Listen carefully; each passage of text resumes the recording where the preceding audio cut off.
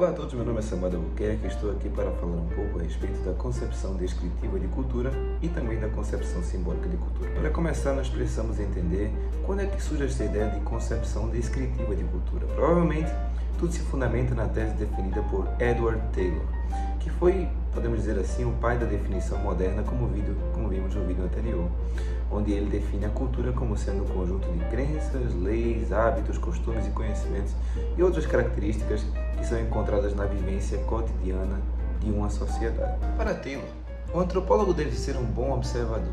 Isto foi verdadeiramente um avanço metodológico naquilo que nós entendemos por antropologia. Para ele, os antropólogos deveriam inserir-se nas mais diversas culturas de forma que pudessem trazer uma concepção descritiva, ou seja, eles deveriam ver os costumes, deveriam ver as crenças, as tradições de todos os povos, das culturas que são analisadas, e desta forma deveriam descrever minuciosamente cada um desses costumes que compõem a cultura daquele determinado povo. Podemos dizer que alguns dos benefícios desse tipo de concepção foram o relativismo cultural, ou seja, cada cultura deve ser compreendida dentro do seu próprio contexto, isso idealizado por Franz Boas, mas claramente influenciado pela concepção de Edward Taylor. E também nós podemos entender que o avanço metodológico, como já citei, também foi um benefício deste período.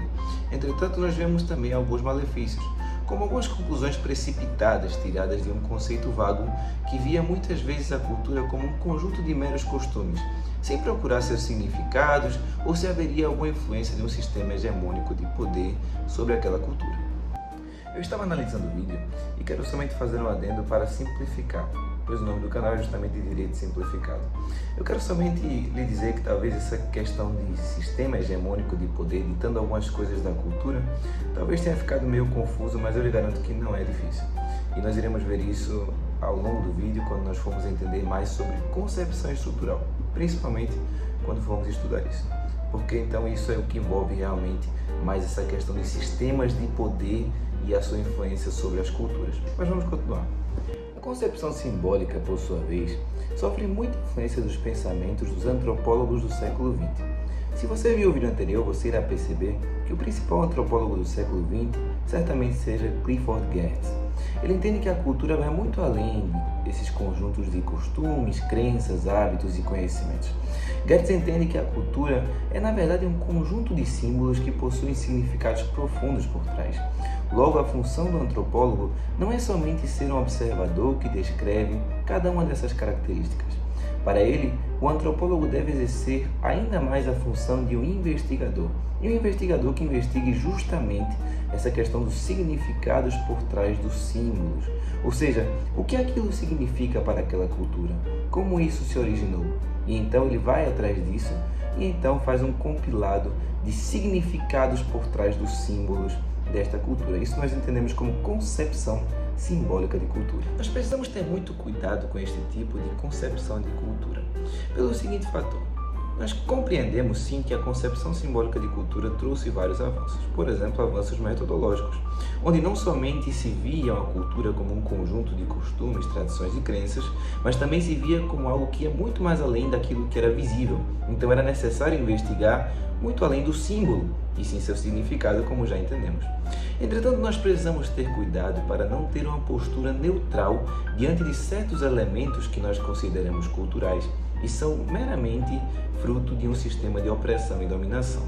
Isso porque muitas vezes, ao considerar tudo como costumes e cultura de um povo, ignora-se o fato de que aquele costume que eu digo que é cultura, na verdade não seja uma cultura natural daquele povo, e se algo que foi imposto por um sistema de dominação, seja ele por meio de reis, por meio de sacerdotes, por meio de líderes religiosos e políticos que exerceram influência sobre aquela cultura durante um determinado período de tempo.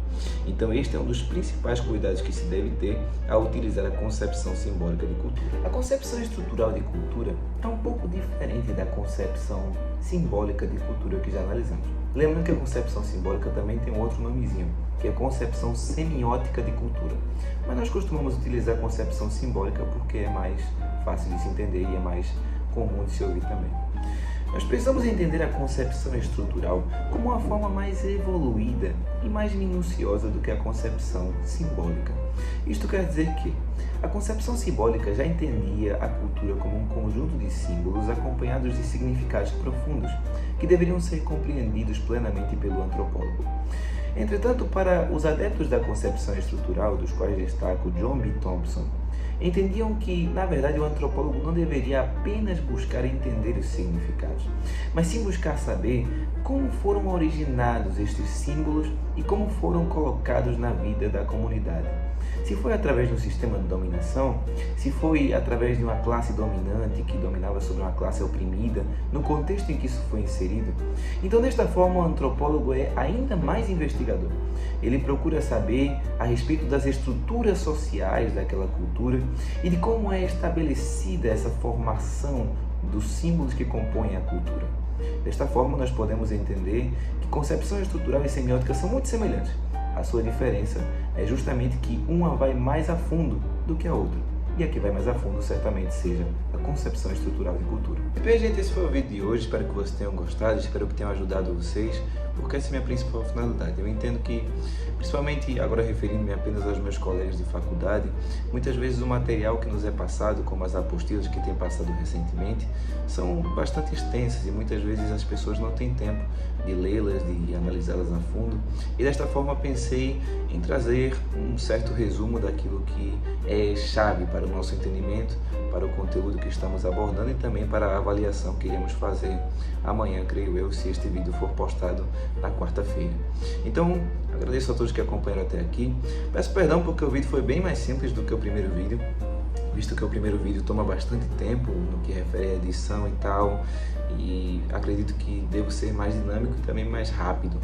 E desta forma pensei em gravar um vídeo que fosse mais simples, apenas gravando a mim mesmo, colocando talvez uma música de fundo e só isso mesmo, porque eu acredito que desta forma já estou ajudando vocês de algum modo. Enfim, espero que vocês tenham gostado. Se tiver algum feedback, alguma coisa que eu possa melhorar, peço que por favor não deixem de comentar e estou aqui disposto a melhorar para ajudar cada vez mais vocês. Estamos juntos, forte abraço a todos.